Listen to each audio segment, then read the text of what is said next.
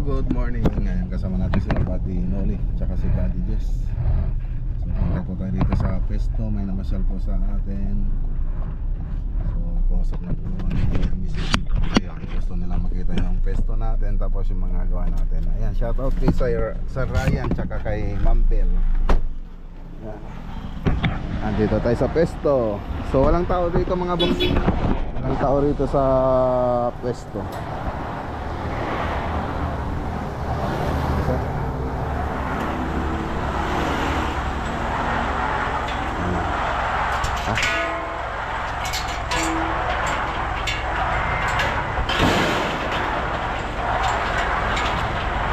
Ada jeda site amin ma'am eh.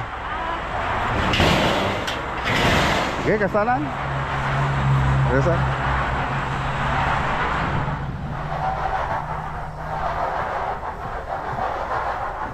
Nasa site po sila lahat mga boss.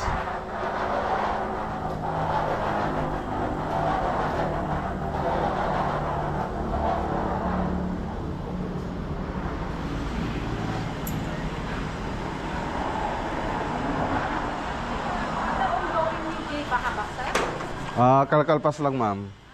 Gusto nga mabalint makita diyan. Pati TV console kan kitchen cabinet. Ate pag-arawid mi ma'am.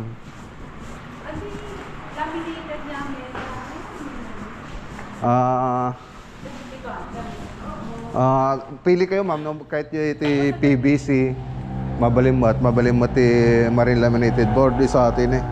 Pagkita mo buds. Ate J Marin. So duwa ko kulay atoy. Tapos at kulay ng pagpilya. buwan ada ma'am. Tapos ato ya J PVC. MDF. MDF po yun ma'am, mas maganda to. Kasi yun pag nabasa yun ano rin siya. Oh. Alsa. Ganito pag nalamin. Ito naman yung PVC. PVC foam board. Yan yung hindi na inaanay. Waterproof. Yan. Mabali mo lang kitchen, mabali namin nata. Nga madya lang siyempre, kayo iso na. Ati po. Ano siya, PVC foam board. So pang matagalan natin. Mas pricey lang po daw. Opo ma'am. Ate, gaya available tayo nga kulay Anat to eh. Ay, doon dumagamin ka, one stock da eh. One stock da. Yung mga gisin kami to ma'am, te mabalin na ako. Yung Adi wardrobe po. Okay ato eh. Okay yata ma'am. Basta wala lang anay doon sa inyo kasi yun ang ano natin doon eh. Kalaban niya. Oo, yung kalaban niya. Sayang naman kung maganda yung pagkakagawa tapos maanay. Pero di available po ang katilaan. Well ma'am, kayo kan PVC foam board, marine laminated board mo data. Hindi mananay. Madi maanay aton sir. Ate lang. Medyo mas pricey lang isuna. Ano? Pero sa pagmatagalan, yan yung maganda.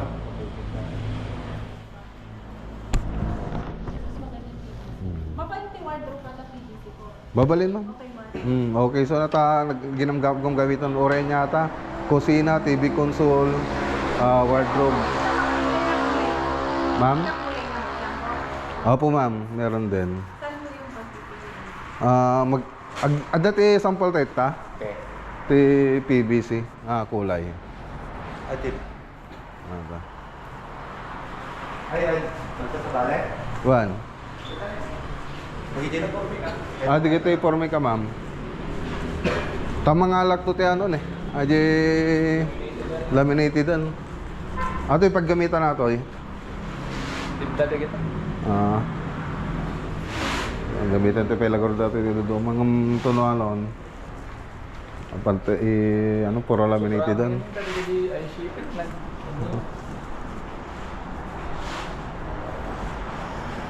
Ay, kinakagat ng mga dito mga boss eh. Ng mga ano ba 'yan? Daga. Yan, nalagyan namin ng spray.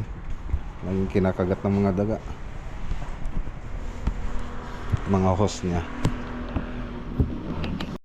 Okay, so tara. Punta tayo sa Bacabak. Bago welcome to Pendangan first ko na. So ayan, pupunta po tayo sa Bacabak. Pakita po natin yung project natin doon.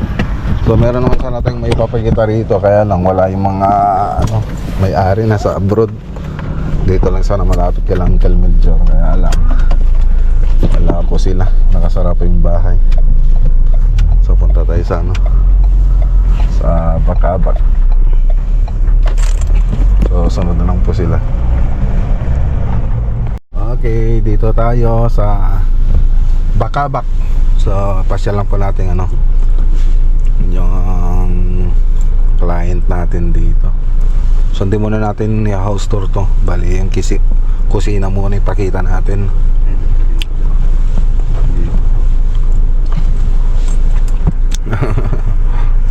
Up. Yan. Wala, madam. PVC ito, tapos nilaminate po namin. Ma'am, si Ma'am Isabela po.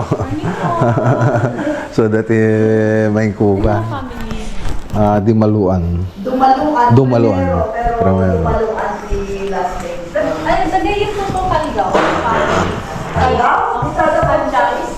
May elementary. Pati Ate Sara, nakalaminate lang ato eh. Ti ano, ay PVC ngayon pakita mong ganyayo. Nilaminate mo. Sige lang, naggaling pa lang ako unti-unti. Ata. Ito yung mabalin mga kumbaga mga anay.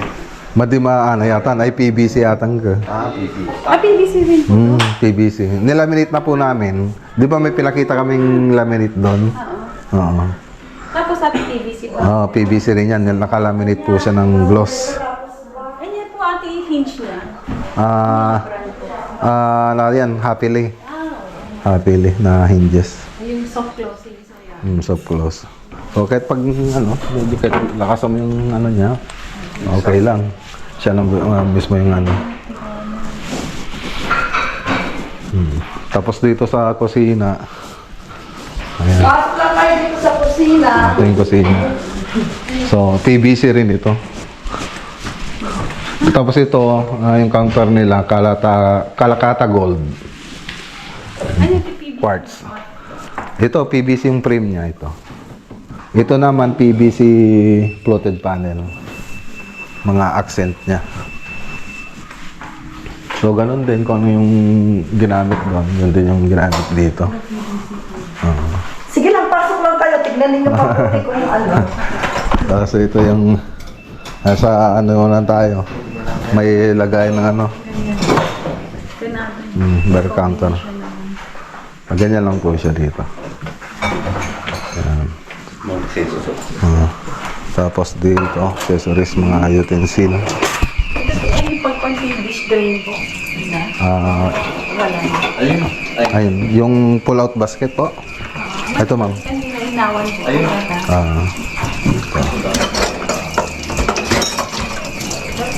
Accessories na yan. Bale, separate kayo na yung bibili niyan. O kaya pwede rin kami. Tapos yung resibo, pagkita namin sa inyo. Ano, pinigilid lang? At inutan. Pwede rin dito. Magaling din. Yan. May Kasi, magnet po to? yung hinges po niya, Ah, sorry. naka-soft close din siya. Kasi dito, hindi na kami makapaglagay. Dito kasi hindi na kami kaya gano'n na lang ginagawa namin. Hindi na naman gumagana to Ay, ito pala. Dito sa kabila. Okay. Ayan, dito sa... Ayan. Dito naman, siyempre hindi natin makapag-ganon. Kaya ginaganito na lang natin dito. Kanya po ate, aluminum niya? Opo, ma'am. Tapos ito yun naman yung lagay ng tangke. Ayun, yung iguana. Tawag na. Ayan, ito sa rinsewood, ganun din. Nilalagyan namin ng kuwan. Tapos sa labas, Yung usok niyan may lalabasan siya. Oo.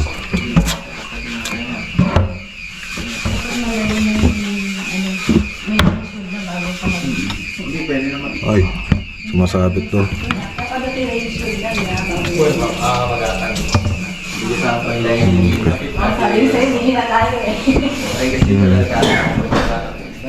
Pero dapat naka ano doon sa ano niyo ma'am, sa area nyo, yung nakasukat doon.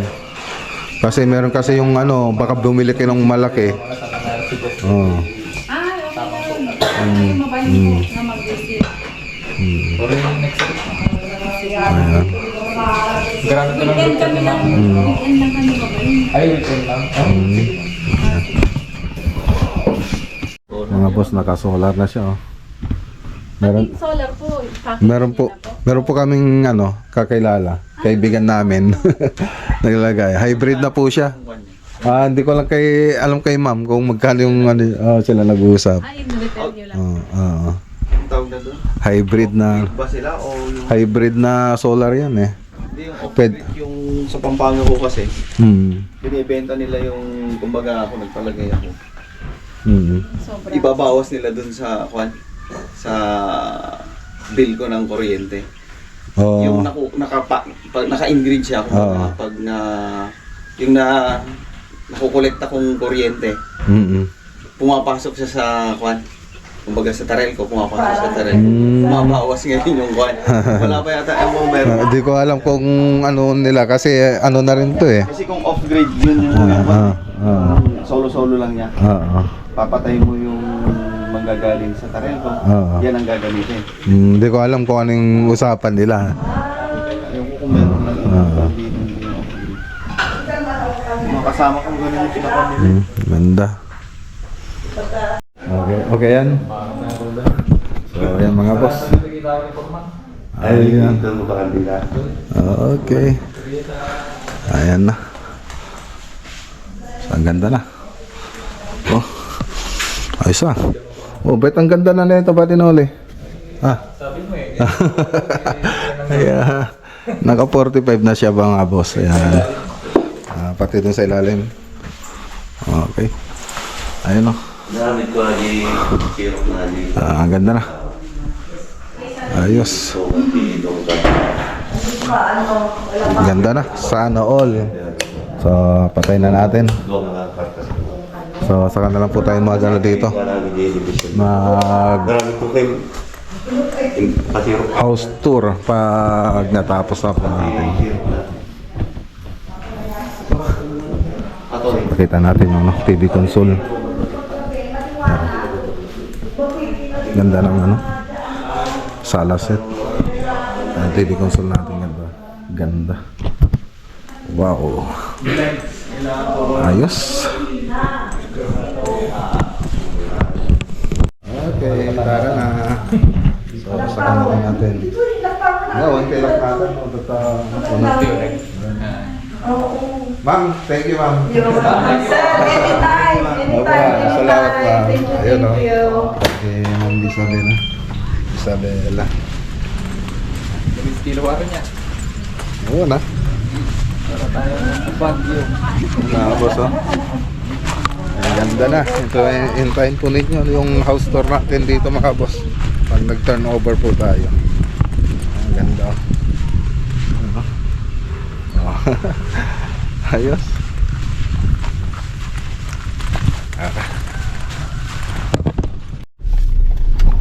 Okay, dito tayo sa Poblacion Sur. Ayan o. Bayang Toktarlac Project. So ngayon pa lang tayo pupunta rito. So nag-groundbreaking tayo nung 8 January 8. Ito pa yung mangyayari dyan. 3 bedrooms bungalow house residence, Barangay Poblacion Sur, Mayang Toktarlac. At sino tayo data? Engineer sir. Okay, sige. Okay. Ito si Engineer Gabriel.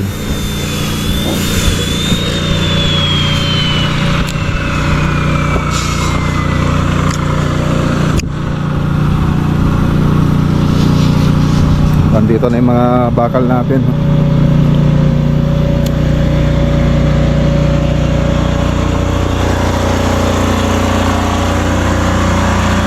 Oh, kamusta?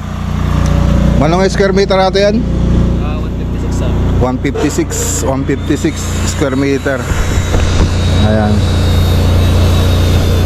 Mukhang maganda yung ano, yung lupa rito ah. Ayos. Ayun, oh, kasama po natin si Engineer Ervin. Siya pa yung mag-supervise dito. So kapatid siya ni Architect Ian. So license sa engineer din po siya mga boss.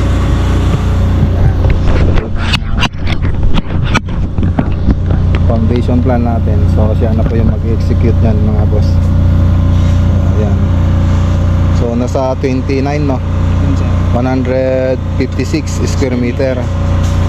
Tapos yung nasa na yung pinaka ano natin, nasan ba yung mga kwarto natin dyan.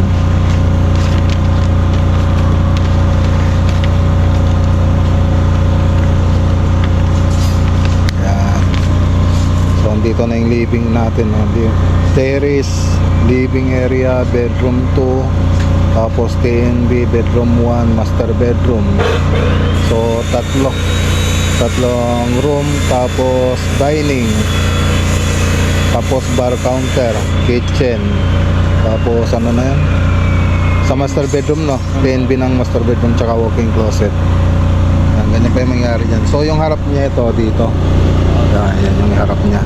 So hindi pa natin makikita kasi nag-ukay pa lang po tayo ng foundation niya. So ayan.